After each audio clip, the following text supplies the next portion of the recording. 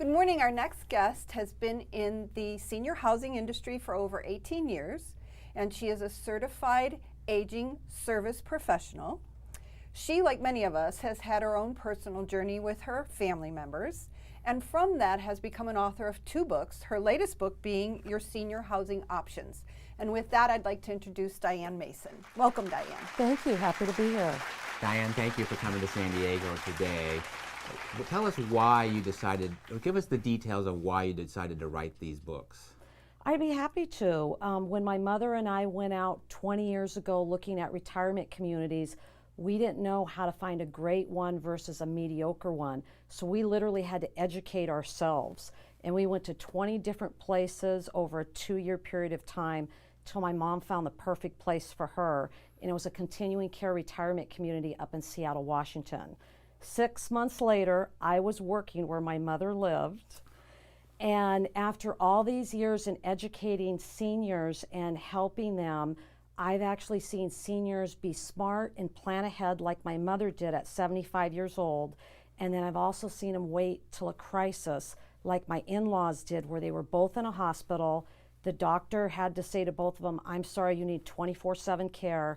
And one of them needed to move into skilled nursing and the other one needed to move to assisted living in a crisis. So I've seen it both, and so that's why I wrote this book as a resource so that people know the right questions to ask and what the options are and how much they cost. It is a great resource, and I know, Patty, you had a question about that. So when is the right time to move? Because I've lived this journey just like you did. I wasn't smart enough to write a book, but I have lived this journey. Well, if they have a history of having some falls, if they've gotten into some fender benders, if they've just been diagnosed with some kind of progressive disease like Alzheimer's, dementia, Parkinson's, MS, arthritis, diabetes, or maybe the day-to-day basics have just become too difficult for them, where just to go to the grocery store, get some groceries, bring them home, make a nutritional meal, and then do the dishes has just become too much. And we find socialization, I think, is one that you will find is really one of the main reasons to go. Would that be true? Absolutely. So you have 5 tips that we want to share with the viewers, and the 5 main tips on exploring senior housing options. And the first tip is find out how much debt is on the retirement community. Explain what that means. Well, when you're out looking at a retirement community, you have a right to find out, do they have a mortgage? So ask them, do you have a mortgage and how much is on it? Because what a lot of people don't know is when you're on a fixed income as a senior, and none of the seniors got raises with Social Security this year, and so what is the year-over-year monthly increase going to be at that retirement community? And if it's over 5-6%, typically they have some kind of a mortgage. When someone is trying to find the community that best meets their needs, one of the questions, one of your tips is to make sure there's vibrant people that live there. You could probably tell maybe more visually than actually even asking the question, but what do you tell people to look and listen for? I actually tell them to go to some of the activities that they're offering there. Ask for an activity calendar. Maybe go on an outing, a trip with the other residents, and see for yourself what's happening. See what kind of instructors they have and if you like them for the exercise classes and things like that. One of the things that Patty and I always tell people is a lot of these fabulous communities are bringing in 4-star, 5-star chefs from the hotels. So talk a little bit about that as a tip.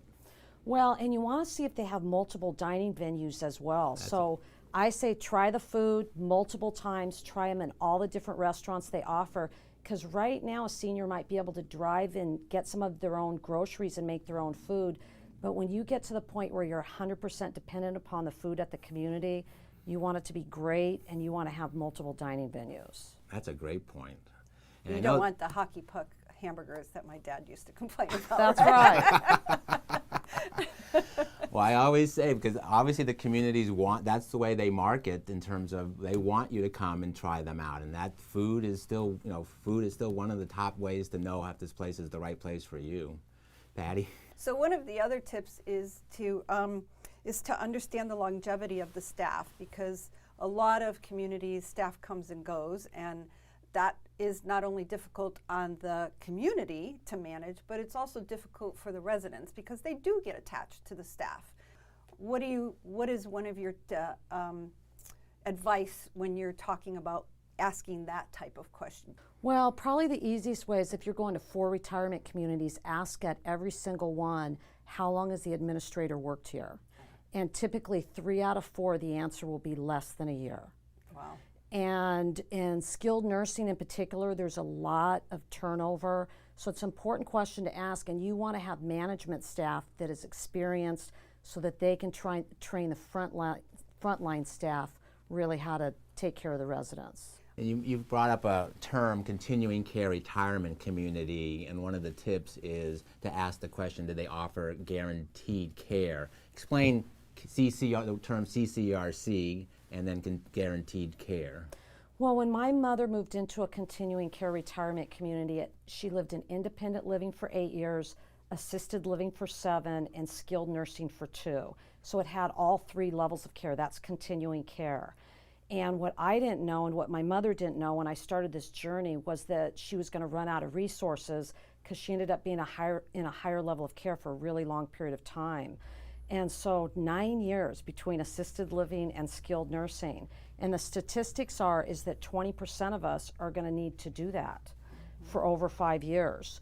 So you want to find out, because when my mom ran out of her resources and she was on a Good Samaritan Fund there that they offered, I said, okay, so she's going on the Good Samaritan Fund. And they said, well, there's 10 people on it, it's full. So unfortunately for a resident, fortunately for my mother, one of those people passed away and my mother became number 10. So you want to dig down to a lower level where you really find out what happens if you outlive your resources. And there's some places out there that offer a guarantee of care for life if you outlive your resources in independent living, assisted living, or skilled nursing. So all of these questions and answers are right here in the book that you've published, your Senior Housing Options, available on Amazon. And Diane, it's really, we have read it a couple times because, again, most of our clients are facing this decision. And it's just a great read. It's so much information, and really for not so much maybe the parents, but as for the children who really need to take this and sit around the table and all read it together and really understand your options so they do the right thing. So now we thank you so much for being here today. Hopefully you will continue to publish articles, you'll continue to write books, and it's really an honor to have you down here today. So stick around for more Senior Stay or Go TV.